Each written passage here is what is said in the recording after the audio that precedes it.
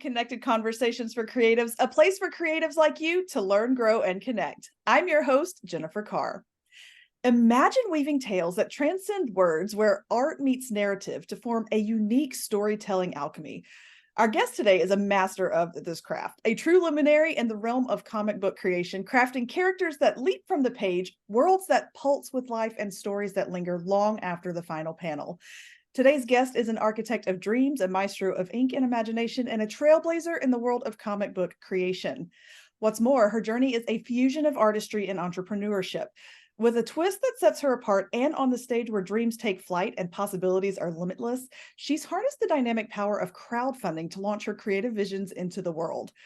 As we dive into the different depths of creativity, we'll uncover the challenges faced by independent authors and artists to explore how comic books, one of many mediums, and crowdfunding are reshaping the landscape of modern storytelling.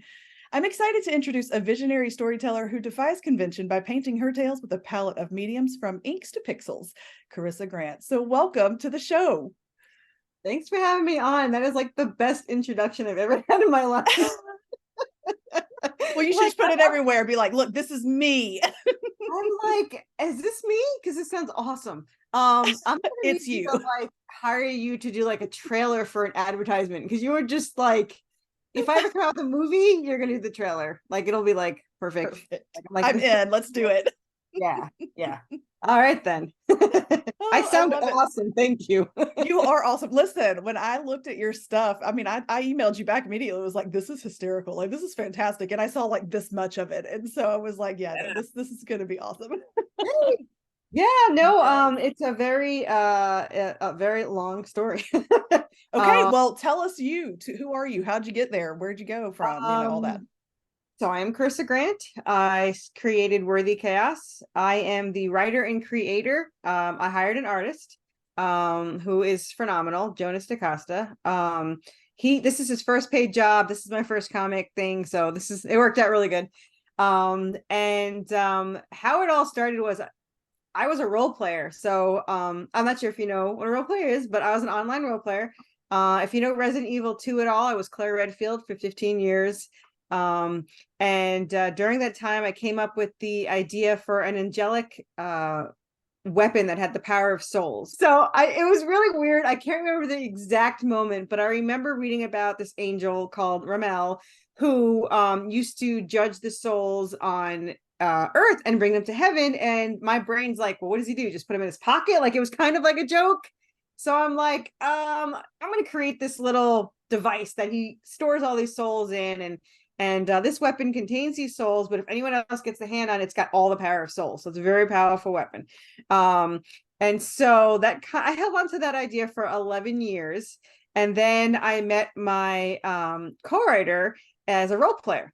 So the thing that's very unique about our story is, so I write the story and I write everything Serafina, her thoughts, her speech and her actions, whatever. However, my co-writer does the voice and the thoughts of Draven, the male counterpart.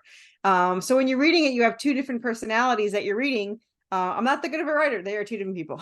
That's awesome.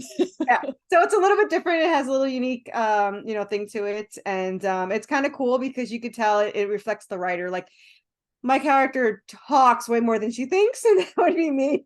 And my co-writer's character thinks way more than he talks. So it fits perfectly.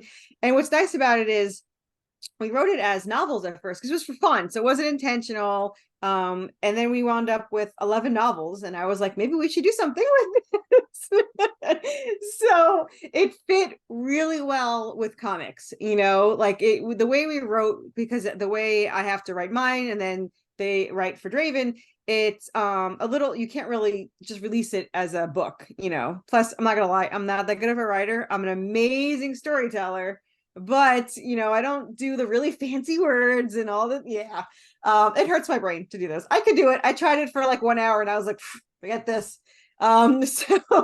So my writing goes perfect with comics. It explains, it tells a great story. It doesn't fit the novel rules, but it just works really perfectly. So for this series, there's 50 issues written for this series 1. So we have a bit of a lot written. We're still writing. I wrote so this one has 50, and we have a spinoff that has 45 issues. That's already written. So you have these two complete stories, same characters, but two completely different stories. One's like a what if. And for this story, it's Buffy the Vampire Slayer meets Supernatural in Silent Hill in the Resident Evil world. So it's got all these really cool elements and monsters. And so we have the 5 books, and they're set up. So book 1, which we're at this would be issue 7 is out, equals book 1. So we have 7 issues for book 1. And they're all connected. All the books are connected. But they go into like different environments. So book 1 is this town that's merging with hell, and they're trying to survive against their 2 fathers.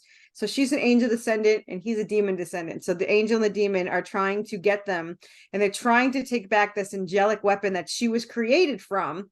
And if they get it, it can tip the scales of the war of heaven and hell in either's favor. And her father actually has another reason, but he's using the war as an excuse to get it. So I'm in.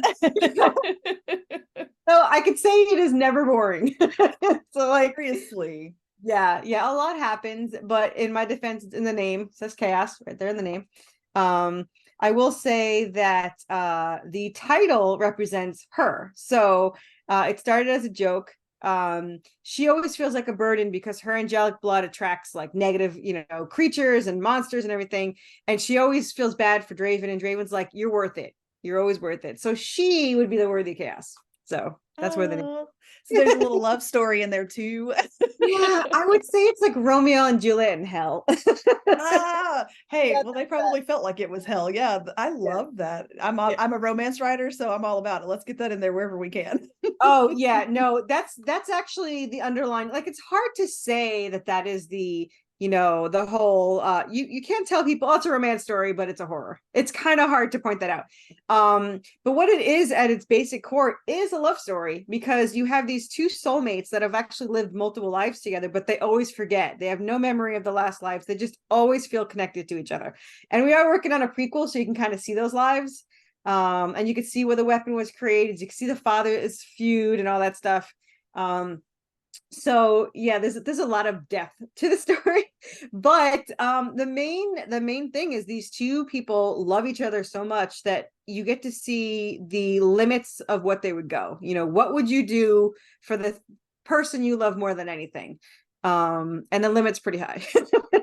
Oh, that's the best way. That's when like, that's true love right there. Yeah, and they do finally. I got yelled at by my letterer once because in the very beginning of the story, if you don't mind me giving a little synopsis of what happens in the very beginning. So at the very beginning, you see kind of a flashback of them as teenagers, that they were planning to run away from their abusive parents.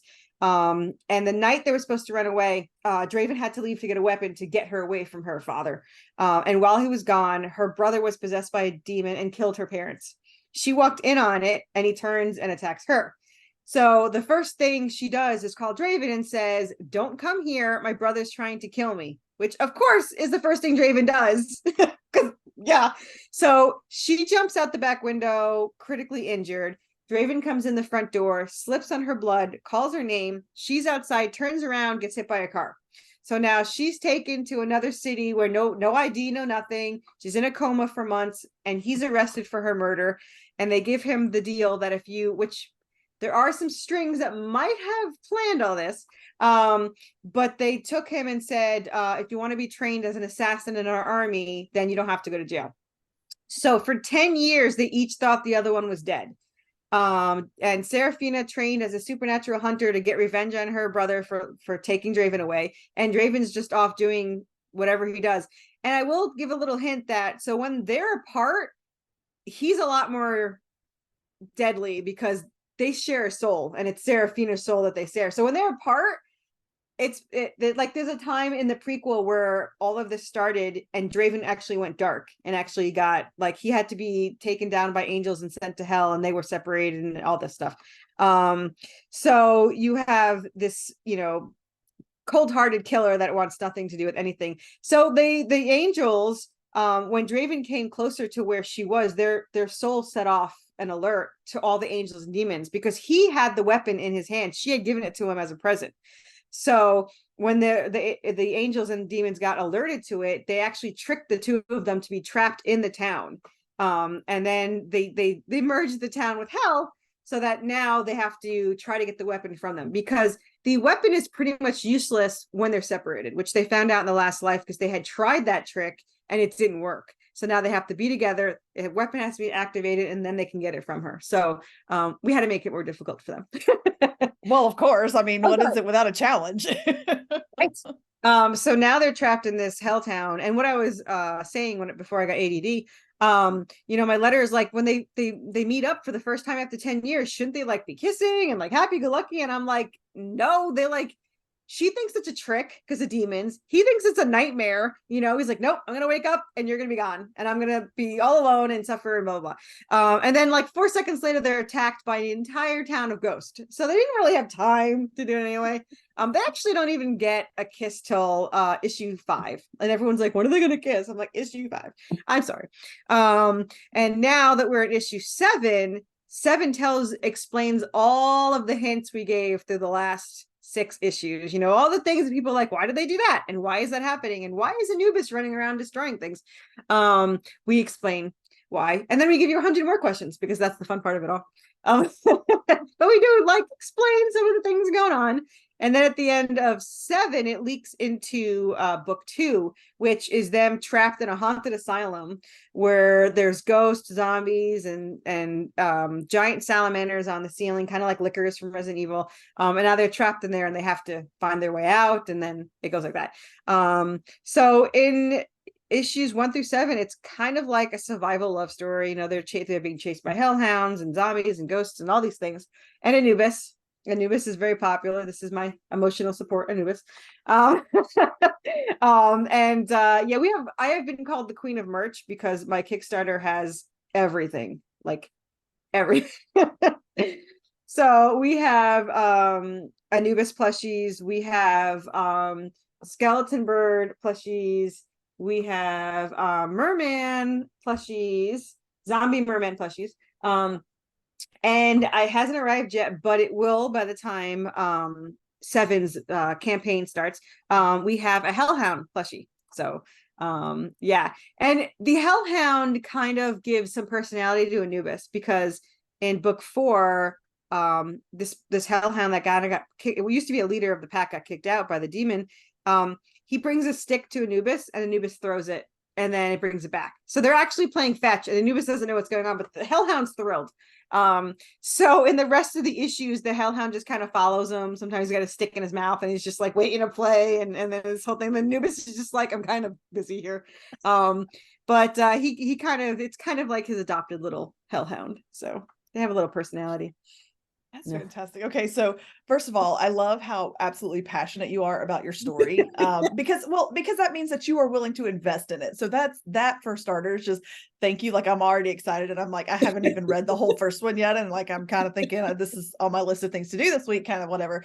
Like who needs to work, whatever. Yeah, right. Yeah. definitely over exaggerating. Totally overrated. Secondly, do you design the plushies or like where do those come from? You do that? So I design it, and somebody, her name is Down Home Textiles, and she makes them all by hand. So like he's got all these little, gems and stuff. He has the little staff that he holds in his hand. And I will tell anybody, because I've been told Anubis is not bad. He is not bad. He's being controlled by the angel with a remote control. And you can kind of see it. He's holding it all the time, and they don't really say it until later, but you could see it. It says Anubis in runes. And so fortunately, Anubis does help to push out of it. And then they use the poor Hellhound against him. So it's kind of like, yeah, I know. He finally like fights through the remote, and they're like, well, we're gonna stuff your Hellhound. And he's like, what? So yeah. So he doesn't talk, he does growl and mumble, and he's kind of like I am Groot kind of thing going on. So yeah. I know some men like that. It is what it is. It's not a stretch at all. No, It's no. not. No. Oh my gosh. Okay, so my kid is an avid, like she's a creator. She draws characters nonstop, like nonstop. And she gives them backstories and careers and all this stuff. And it's probably Awesome. like one a day. I know. And I'm not just saying that she's good because she's my kid. Like she is legit. I look at her stuff and I think, how do you even make that happen? Like that's just not, that is not my talent. I give me the words all day long, give me the words. Yeah. But when I asked her, like she was telling me this story and I was like, I can picture that as a comic book. When are you going to make it a comic book? And she just kind of looked at me like I was crazy. And I was like, okay, so clearly I don't know what it takes to write a comic book. You know, that's my bad. So I imagine based on her response and just thinking about the details that go into what you're talking about, you know, one, much less a series of them, has to be so time consuming. So like, how do you typically talk about that process? Like where did it start and how do you get to the end of a comic book? So, like I said, we wrote it straight through, not thinking about a comic book. So we have it in novel form. I have to convert it to scripts, which is exhausting. And like a naive person, I do remember muttering the words, "How hard can it be?" Which is the dumbest thing I could have possibly have said. It is very hard. It is extremely hard. It's extremely expensive. And you would never know how expensive it is. Now, I will say, not to toot my own horn, because anyone can do it if they feel like going into debt, feel free. So it's been Halloween will be 1 year. And in 1 year, we got 7 issues released, which in indie comics is very, very rare. Usually it's 2 to 3. But we had to be a psychopath because I was so obsessed with seeing these. I was like, I need more. Like I need more pages. Give me more pages. And we are getting it released as a hardcover. So you know, like it all. So you can have issues 1 through 7 together. It's 228 pages. Yeah, it's very daunting. And it's so funny because when I decided to make this, I literally jumped into it. I decided, let's make a comic book. And the second I thought of it, it seemed like the most amazing idea in the world. I hired an artist, and then I went to bed writing to my co-writer saying, I don't know how to do a script. And my co-writer was like, you'll figure it out. I was like, I hope so. So I woke up, watched a YouTube video on how to write a script. And when I finished it, which I did it in like, I think I did in like 3 days, 4 days, something. The letter was like, did you want to see any of the art or did you just want all dialogue? And I was like, oh, so magically I had 2 scripts because I had to stretch them out so that you could see the art. And yeah, so there's things I didn't think about when I was doing it. And when you're writing a story like a novel, you know, you could be in a room doing whatever, and then suddenly you're like, oh, there's a dagger on the table. That's all I need. No. In the comic books, you have to go like back 5 pages and figure out where that dagger is. And then you also don't know how much the author or the artist is going to draw. So you're like, well, if you're going to show this has to be there. So it does get a little bit more complicated. But when you see like the finished work, it's just like, that's my character. And it's so great to see it. And every time I get I still get pages. So every time I get a pages, it's like that, you know, adrenaline rush and the dopamine hit, like, oh, there's a page. And we were doing edits today on the hardcover and all that. And I was like, this is, when I'm looking at the pages, is like, that panel looks great. I don't remember it looking so good. So like I've stared at these for hours and I still miss like certain things. For example, all of our issues, which is very daunting to think of which one's going which, have Easter eggs from like a horror movie, a game, an urban legend. Like issue 1, when you go back and read it, you have to find the crocodile in the sewer. So that is, no one ever sees it until I say it, and then they blatantly find like that's right there. But the story behind that is, you know, Resident Evil 2, the game. Okay, so there's a crocodile in the sewer scene, and the really weird thing was, when I was a teenager, I saw this commercial, and it was like, I kid you not, 3 seconds. This crocodile comes out, snaps at Leon, and that's it. That's all it took for me to go out and buy PlayStation 1 to rent this game and try to play it. And then, so that's my homage to my own, you know, I wouldn't be here if it wasn't for this crocodile that tried to eat Leon. So yeah, so you could see that in issue 2. There's the typewriter from Resident Evil 2 that you always have to save on. Not Resident Evil 2, but all the Resident Evils. And then we have like 90s and 80s movies like Nightmare on Elm Street. The sweater's there somewhere in one of the issues and all that stuff. So yeah, we like to put the little details in there. So yeah, the details can make it, especially when you start developing a fan base. That's what they live for, that's what they look for. They're like, hey, where is it? And they read a little bit more closely, and they read it over and over again to find it. Yeah, it's like don't forget to put it in, or they'll just make one up. That's true. They have to go back and find it and all that fun stuff. So yeah, it's all That's good. amazing. So have you had the same artist for the whole series that you've done so far? Yes, and I told him he has no choice but to stay forever. Actually, he really does love the story. I'm still paranoid because I'm just like, he's getting more popular because I'm trying to push him out there, and I'm just like, I hope you don't leave because I'm trying to get you work.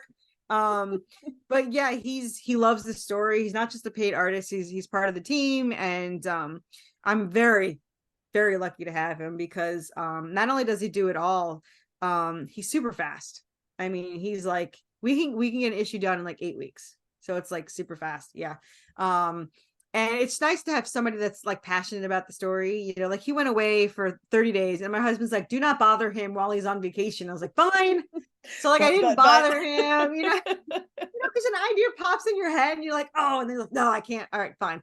But he went away like in 2 weeks in, he's like, I know I'm on vacation, but I can't wait to get back and draw this. And I was like, see, I knew it. And then he was like counting down like 10 more days to go. So I was like, just enjoy your vacation, but hurry the hell home because I need pages. Right. It's such an addiction. Like he's ruined weekends for me because he doesn't work weekends. And I was like, I need pages. Like I need a patch for the page on a weekend. It's some strong stuff, I tell you. But yeah, that's all. But that's just because you love what you do. Like that's me too. There was a point where, the first book that I wrote, I couldn't put it down. Like I had to keep writing, and 2:00 in the morning, and it's like I shouldn't have words at 2:00 in the morning, but I had a lot of words at 2:00 in the morning because they just kept coming. Yeah, that's just how it works. So when I was doing, so I don't ever think ahead like a normal person should. So like I didn't really have an ending for like the spinoff. And to explain the spinoff a little bit, since I explained the beginning of the 10 years they were missing.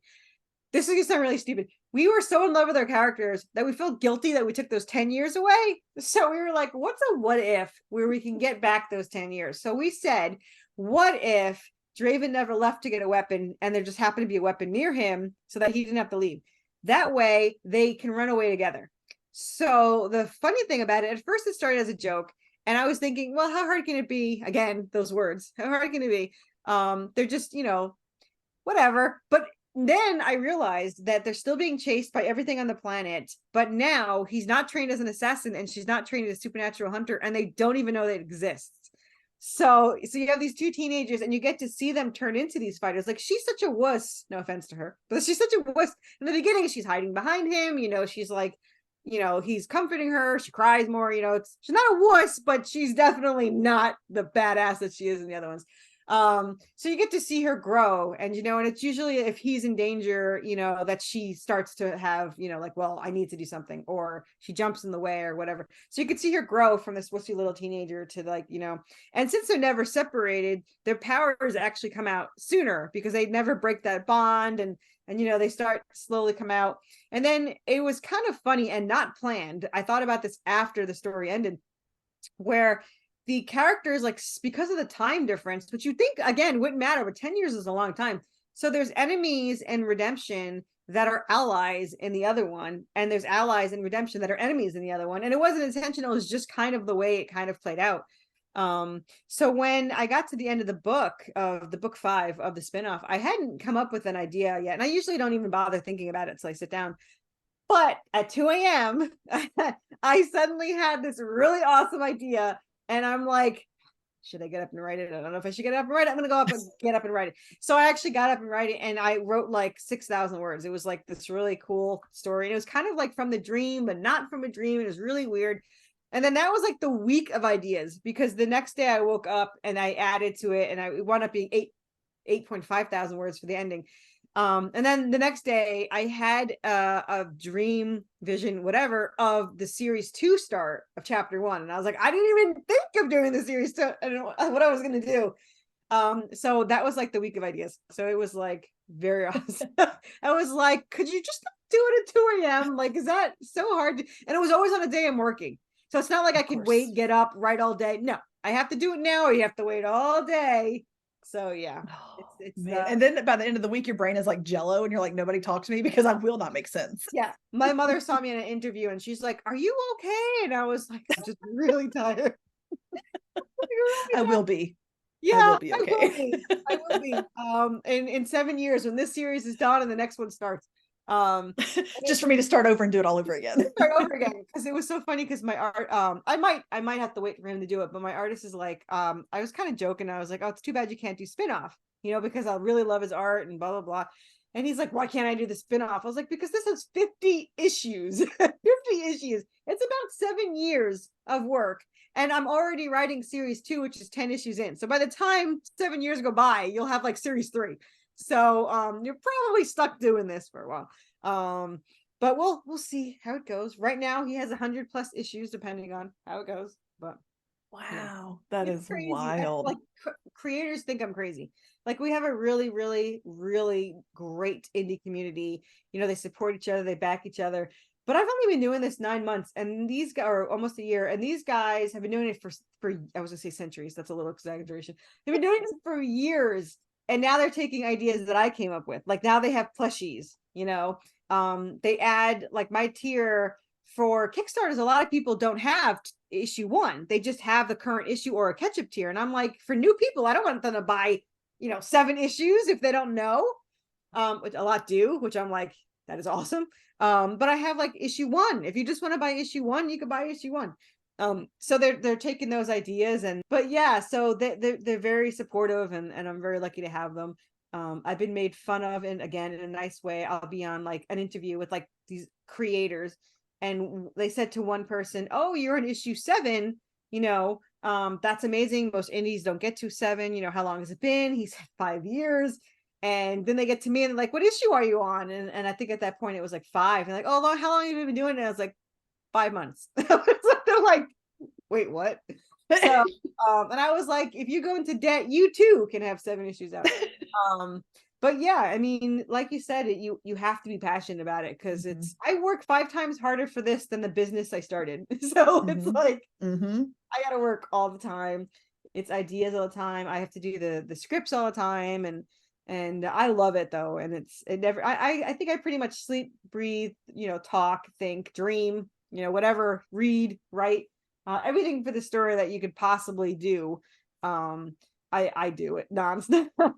24/7, like 24/7. And I just like love it more and more. Like, you think you get sick of it. Like, I was actually worried, like, if I do this, am I going to do it so much that I'm sick of it? Granted, it's only been a year, so I guess it could happen. But every time there's time. But every time we're like, we can't possibly come up with another idea, we're like, oh wait, I got an idea. So like I said, I didn't even have an issue, a series 2 for the spinoff. And then I already wrote now like 2 through chapters in it, because I had the idea and the dream and whatever. So no rest for the wicked, I tell you. But then that is the thing about when you find your passion, like, you are willing to do whatever it takes. And this is a conversation. It's so funny how it just keeps coming up, that the question that so many times we ask, is it worth it? And in reality, the question is, like, how badly do we want it? And if you want it bad enough, it's worth it. Whatever it takes is going to be worth it. And I've had this conversation over and over, and it just keeps, I'm like, maybe this should be my mantra for the year, but that it's so true. And what an inspiration to be able to say, look, if you want it bad enough, it can happen. You can make it happen. Yeah. And I got lucky that my husband is super supportive. Yes, that makes a difference. Go all out for 2 years. I was like, you were going to regret saying go all out for 2 years. I don't know if you can afford 2 years. But I even said it, like, I don't even need it to make money. I need it to pay for itself so that I can keep going. And if I didn't buy so much merch, it would be kind of paying for itself. So eventually, but like, I just need to pay my artist, and I want to eventually make more so I can pay him more, and he doesn't leave me for a less annoying person that probably won't drive him crazy. But yeah, that's all I just want these made. Like, I have a business, I have a job. But to see these done is just, even I said it to my husband, I was like, if these don't, if I never make any money, I still have them. I have this out. I get to see it, especially the hardcover. Like, I cannot wait to hold the hardcover in hand. Like, a hardcover is something to hold in your That's where hand. it's at. Yes. Super excited. I'm not excited to pay for it, but I'm super excited.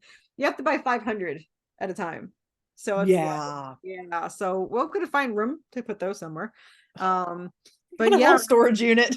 right. So I'm gonna have to rent a house just for my issues and all that stuff. So that'll be fun and exciting. Yeah. What's So one more thing? you I write? mean, Do you write too? Do you write? yes, I've published 2 books, and I've got a third one that is currently in the beta read stage, and hopefully publishing is February 1st. That's the hope for that one. So it's in all of the pre-publishing work. I've got my cover designer doing her thing, and which has Nice. been really fun. Like I loved hearing you talk about having your community of creators and indie artists and that kind of thing, because that's where it's at for me too, is having other people who want to invest in art and creativity as well. That really helps, especially when it could be a very lonely job because it's just me and my thoughts and my Yeah. laptop, you know what I mean? Yeah. Yeah, and my thoughts are crazy half the time. Right. You say designing the cover, because the funny story is, when I realized that we could not print this, because it couldn't, they said you'd have to merge the writing, and we didn't want to ruin the story. It is what it is, and we didn't want to make a dime from it. We wanted it to be left whole. So the whole thing that the comic book came about was, when we were role playing, we had actors in mind, so we had realistic, images. So I was looking for an artist to do our characters, and they were all cartoony. And I said to my co-writer, do you mind cartoony, or should I get a portrait writer? And my co-writer's like, no, cartoony is fine, I don't care. And like, a light bulb went out, and I was like, or went out, that would be my luck, that my light bulb would go out, went on. And and I said, well, if you don't mind cartoony, we could do a comic book. And then the famous words, how hard can it be, popped out, and now here we are. So I think I'm yeah, going to title this episode "How Hard Can It Be?" Like, I yeah, think that's what's going that to is be the the title of perfect this title. episode. Yeah. And it's funny, because I have a known thing that if I ever get 500 backers, I have to get my first tattoo of the logo. Like, it's going to be the logo, and they are going to pick which saying, they're going to vote on which sayings go under it. And now I'm thinking that should be the saying that goes under it. How hard can it be? So yeah, you're going to have to name it that now. That's No, it absolutely is, because, it is hard. Like, anytime you go chasing after a passion, it is hard, because you have to put in your blood, your sweat, your tears, your energy, your time, your money. Like, it's all you, especially yeah. when you go the indie route. And yeah, it gets real expensive sometimes, just not just monetarily expensive, like it costs you. And so you have to ask yourself, how hard can it be? Because I got to do it myself. I can't afford to do anything else. Can it be? It's pretty hard. But it's just, it's so weird for me. Like, ever since I was a kid, I had, this sounds really awful, no ambitions. Like, I had nothing. Everyone's like, what do you want to be when you get older? I was like, I don't know. Like, I don't know. I have no idea. And then this kind of like fell into my lap, and I was like, it feels like it was meant to be. Like, I did not expect it. Everyone's like, oh, did you want to be a writer since you was young? I was like, I was dyslexic. I wanted to write a sentence and I would be thrilled. Like, I did not think that I would be a writer. I never wanted to be a writer. That sounds awful. I definitely never wanted to be like, I loved comic books in the 90s. I love Ghost Rider, and it was really great. But it wasn't like, oh, I'm going to make some of these someday, because these are like my dream. And I was like, my dream started 3 years ago. I started writing this story. It was not intentional, but while it was going, it was like, it really felt like it was meant to be. So I could do this all night. So we have this rat called Apollo, and I didn't know when I named him Apollo. I just wanted something unique on his face, so I was like, I'll put a sun on him, name him Apollo. Apparently, Apollo is the Lord of Rodents, which I did not know. Okay. But it goes further. Okay, so not only that, the goddess that we chose for Seraphina as her mom is Serona, who not only, so Seraphina fell as a fallen star. So Serona, which we didn't know, is a goddess of the falling star, and she is associated best friends with Apollo. So we made Apollo send the rat down to be her guardian in the prequel, and that's why, and then the spinoff. But like, that was not planned. And when I say not planned, I mean the story was already written, and we're like, who should we do for this? And it was just really weird. And like you said, Kismet is perfect. But Yeah, it's just so weird how the things just fit into place. it's wild. Oh, well, and that just kind of goes to show you that, sometimes our brains, they just kind of work around the universe and with the universe to just just a little all bit. fall back into place. Yeah, it does. Like, I've had arguments with the character in my head while I was writing. Like, and there's one example that I always like to tell because it's really, really weird. And it's probably rubber room weird, but so I'm writing this scene in book 5, and they walk into a room. Oh, she walks into a room and it's all dark, pitch black. And there's the floor is really a weird material, and I don't even know where this is going when I'm writing it. And I'm like, this doesn't make any sense. These things attached to her and they stick to her skin. There's like these weird wires, and I literally remember thinking, this does not make any sense, and I don't know where it's going, and I need to start over. And my character's like, just keep writing. And I was like, this isn't going, and I don't know what the hell I'm doing. I smoked something I should have smoked, and I don't even smoke, and I did something. I ate some bad fruit or something. I don't know. So I'm writing the scene, and when it was over, I was like, that is the weirdest and coolest thing I've ever written.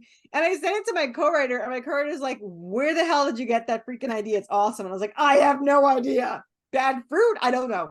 But it's one of the cooler scenes that I have, and it was not planned at all. Like I never planned as it is, but that was like beyond not planning.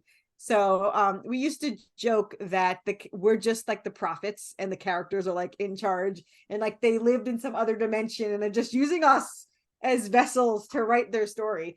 And then we feel even worse because they've gone through hell while we put them through it. We're like, we're sorry. Like, I don't know. Are we creating the story, or did you live it and we're just writing it? Because if we created it, we're really sorry. But yeah, we torture our characters. They go through so much stuff, but we figure as long as they're together, they can't say anything. Yeah. Right, that's absolutely right. Now, yeah, you break up the love story and you're gonna have probably a riot on your hands. So you Yeah. have to keep the love story going. And And it's funny because at the end of book 5, there's there's going to be this one little warning that says, if you like the ending, don't read the rest. It's like, don't, just stop here. Happy ending, we're good to go. Not walk happy, away. happy, but happy. And then you read the epilogue, and it leads into series 2. But it's like they get separated, and he goes to hell, and she gets, they get all this stuff. So we're like, don't, just stop reading right here. Just stop here. But we will always, spoiler alert, have them together. They cannot be separated, and we can't separate them. Like, we have these really hard scenes that we do sometimes where they have to do something really emotionally hard. Like we had one time where there had to be, and this was really hard. First of all, this is how horrible our characters are to us. They will never let us kiss. They can't kiss anybody else. So like we were gonna have like a shapeshifter and have them, and she has to see it, but no, they could not see it. We wound up doing it in a reality thing, so it was fake, but it was still harsh. But we did this shapeshifter, and they could not kiss the other person.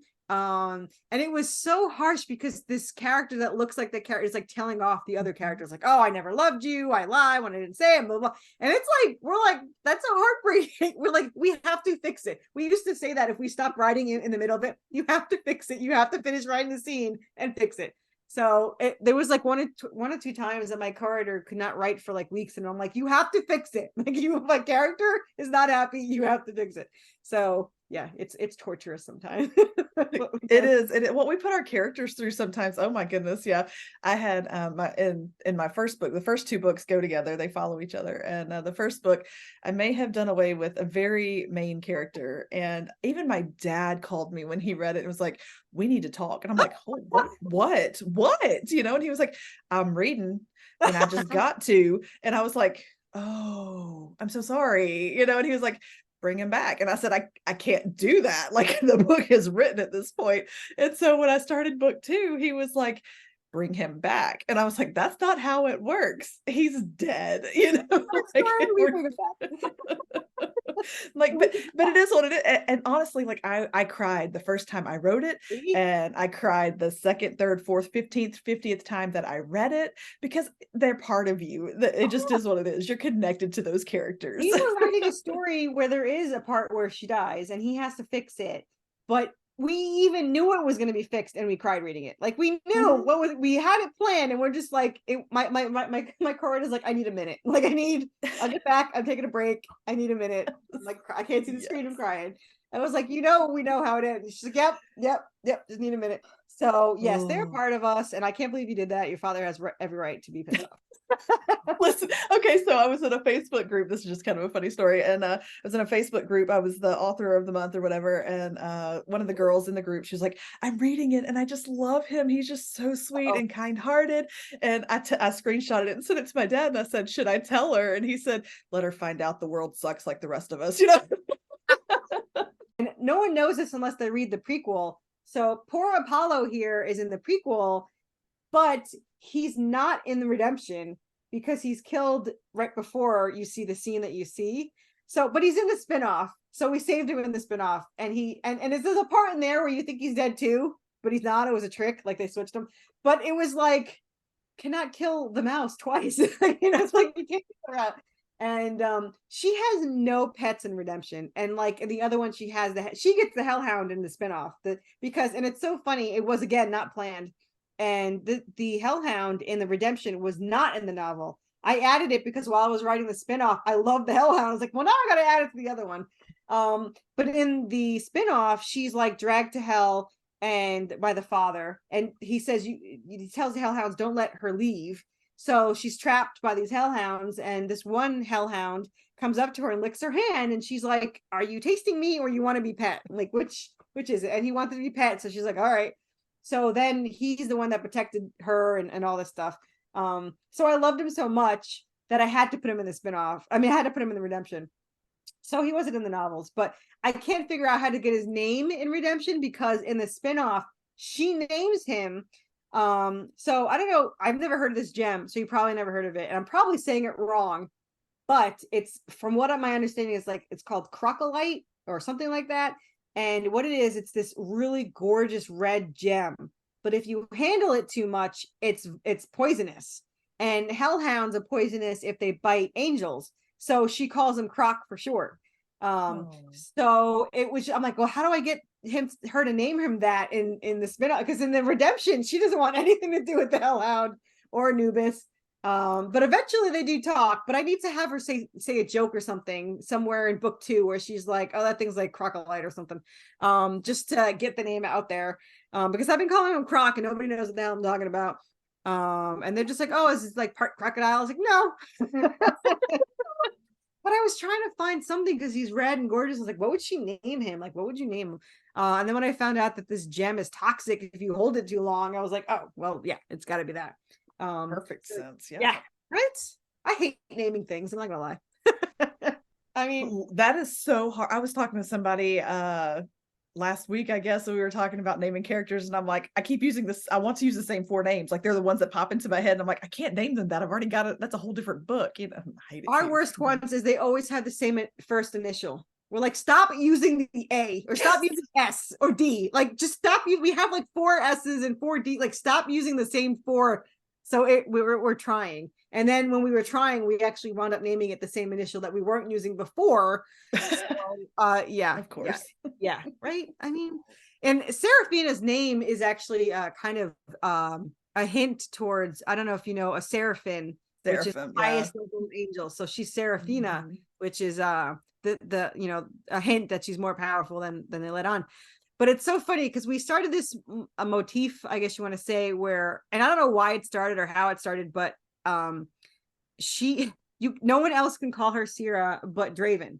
So the joke is, like, in every book, somebody sometime calls her Sierra, and Draven yells at them and says, Seraphina. Like, it's just like, and it'll be like at the worst time. Like, in one of the books, they were like literally being tortured, and he's like half dead, and he's like, it's Seraphina. And they're like, priorities, Draven. He's like, it's Seraphina. So, like, it's just like this whole thing that he has to do. I don't know where it came from, but there it is. So I like those kinds of things. They get that run all the way through. Yeah, I like the motif. Like in every book, he at least calls her a pain in the ass at least once. And it's a joke from the prequel because she's like, I don't mean to be a pain in the ass or anything, and he's like, well, you're my pain in the ass. So. You are. Yeah, that's oh yes, exactly. Yeah. So he says it all the time. He's like, well, I told you you'd be a pain in my ass or something, and yeah. So But yeah, That's I love those funny. things. I love when you can read it and you can connect it to something you read. Like a real fan when they read it in 5 is gonna know that when it would happen in 1 and all this stuff. And I love those little hints and stuff in there. And yeah. Oh yeah, no, it builds a connection. It builds a connection to the story, between the story and the reader. Yeah, no, I agree. Yeah. So let's kind of move toward, let's talk about Kickstarter real quick. How did you land on using that? Because I have seen it, a lot of indie authors are now using Kickstarter to launch their books, because there are, you've got your editing costs and your printing costs and all that stuff. And so I never would have thought of using Kickstarter to launch a book, but here it's a big deal, especially I think in the comic book world and those kinds of things. I see it more often, but it's becoming more popular. How did you land on it? So the funny thing was, when I first started this, again was as dumb as you can be for it, and someone's like, "Oh, you should try Kickstarter for it." I was like, "You can use Kickstarter for comics?" Like, I'm thinking you're like, these are like, you have like some disease or something, and Right. or you have this amazing device you want. Like, I did not think about comics. I was like, "Are you sure?" And yeah, there's a ton. There's a ton. So I did it the first time with like no knowledge of it whatsoever, and I brought in, which was fine because I was thrilled nonetheless. I brought in like $900, but I was like, I had no idea. I didn't do any interviews. I didn't know anybody. This was literally just my clients and my family, like nobody else. But then I started learning from other people. You got to do this, you got to do that. And when I first started, and again, there's nothing wrong with being a girl in horror, but I thought there might be. I thought it might be like, she's a girl, what does she know? Especially since it's got the undertones of love in it. I was like, they're not gonna read this. So I didn't say what I was in the beginning when I was on Twitter or whatever it is now. And so I got called bro a lot, and son, which is the son one was weird. I don't mind bro and dude, they're fine. Son was a little weird. Like, even if I was a male, why are you calling me son? But so I didn't tell anybody. And so I didn't do videos, of course. I didn't do any of those things. And then I met the Cowboys and Zombies chick, Lori. And she is this badass girl in horror comics. And I was like, so it's a thing. And she's like, oh yeah, it's a thing. So she's the one that kind of pulled me out and said, you have to do interviews. And I was like, I don't know. I don't feel comfortable on interviews. This is like my 112th now from now. Nice. But so I'm a little more comfortable doing it. I still ramble like an idiot, but I feel better doing it. But I didn't know how it would be received. And I have to say, there is only like 3 girls that I know that do this. But there's so many men that do this. And I thought that it wouldn't be like, they'd just be like, oh, the big boys club or whatever, but they're actually incredibly supportive. And they kind of, they help promote. I think out of all the men I know, and there's a ton, I think there's only been 2 that have been like condescending, and I don't think they meant to be, but they didn't.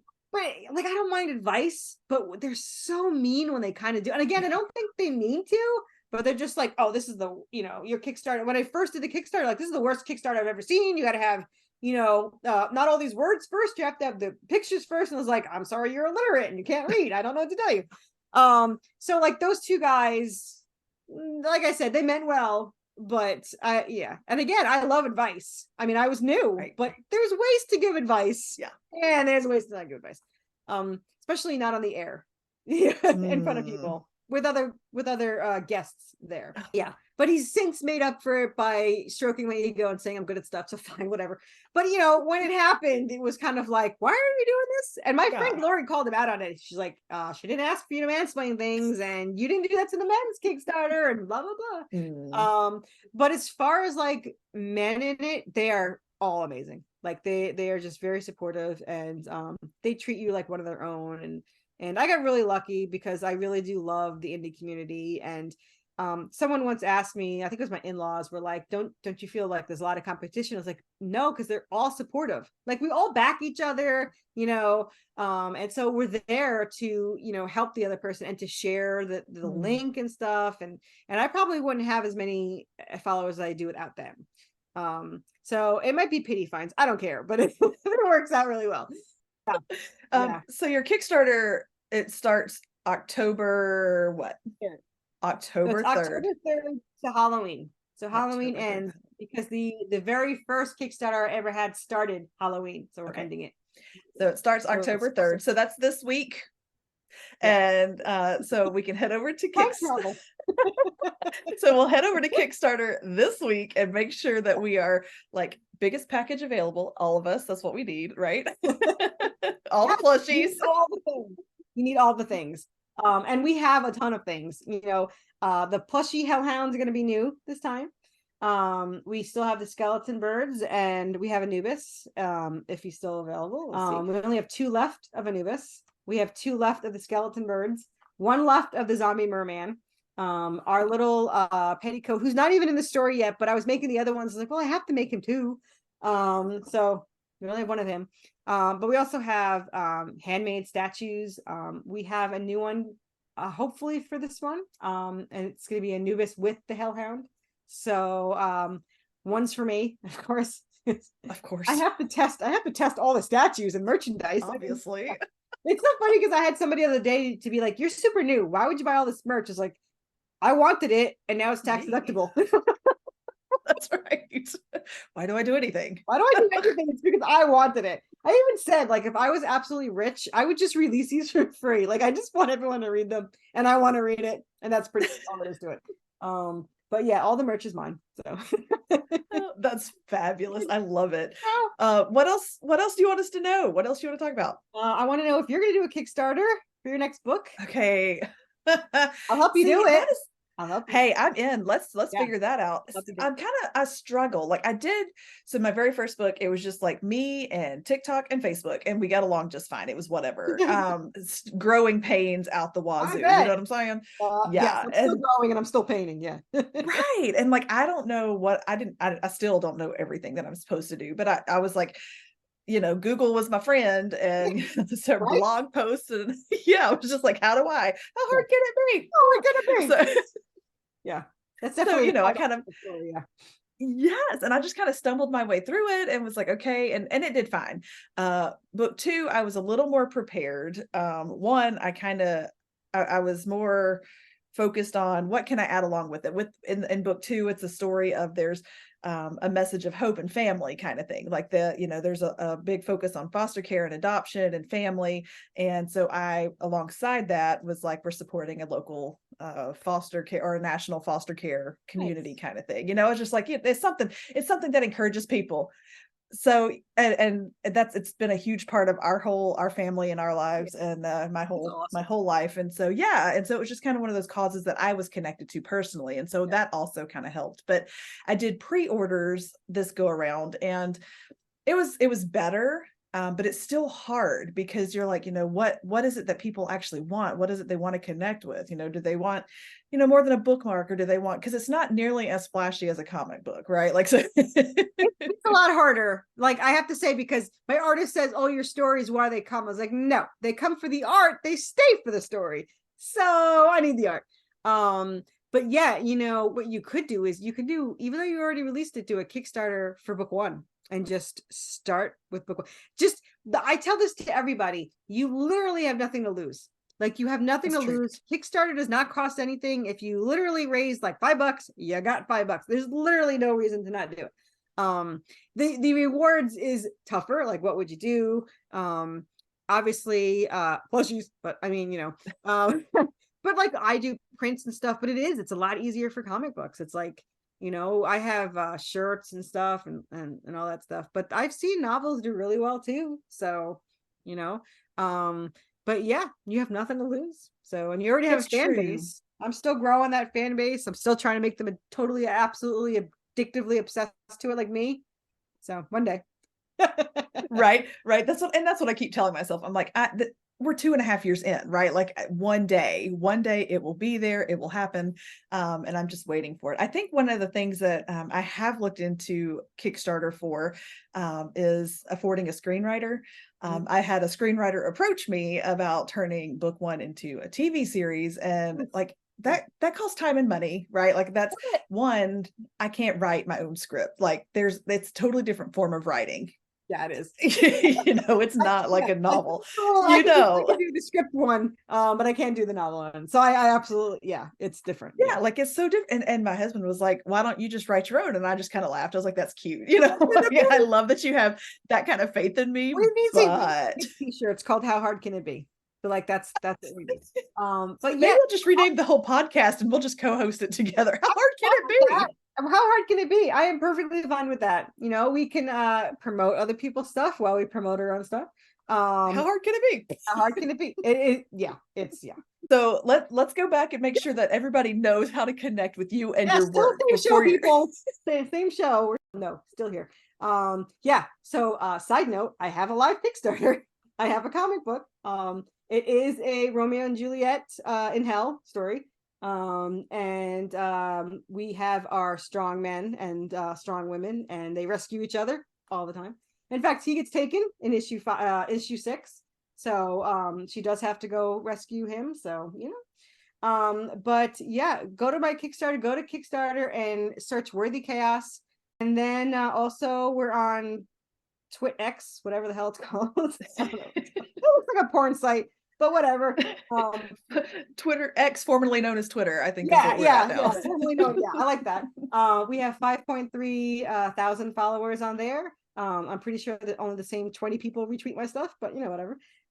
We have a Facebook following of 5,000, and we have a Facebook group of about 700 which by the way, you're welcome to join. You can post your podcast. You can post your, we're very like community orientated. So like people can post their Kickstarter links, so they can post their commissions if they're artists or whatever you want. So we're very friendly, just post away. And I know that's looked frowned upon in other groups, because I always hear, "Are you sure?" And I was like, "No, I'm just messing with you to see if you'll do it." Yes, let's see how far you will go. But yeah, so and we're very like to support each other. That's the community that we live in. And yeah, if any new people are watching and they want to start writing a book or a comic, you can connect one of us, and we will show you what not to do, because I know all those. Right? So what not to do and how hard can it be is all going to be there. So. But yeah, I really appreciate you having me on. I'm sorry about the tangents we went on, but yeah. I'm not. Yeah, because we're gonna have a whole other show and copyrighted. So.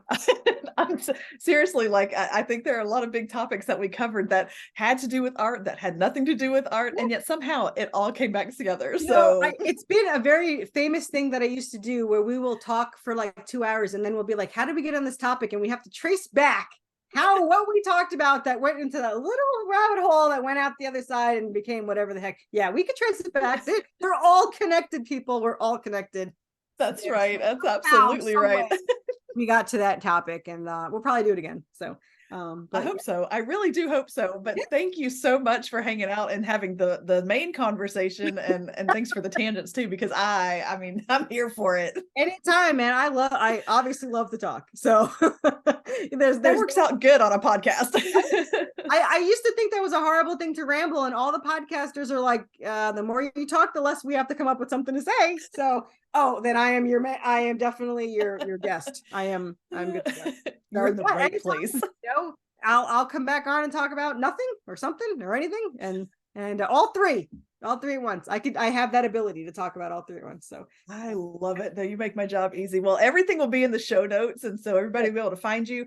As far as I know, the Kickstarter launched yesterday, so it will be here until Halloween. Yep. And if that changes, then you will find that in the show notes as well. Perfect. I love it.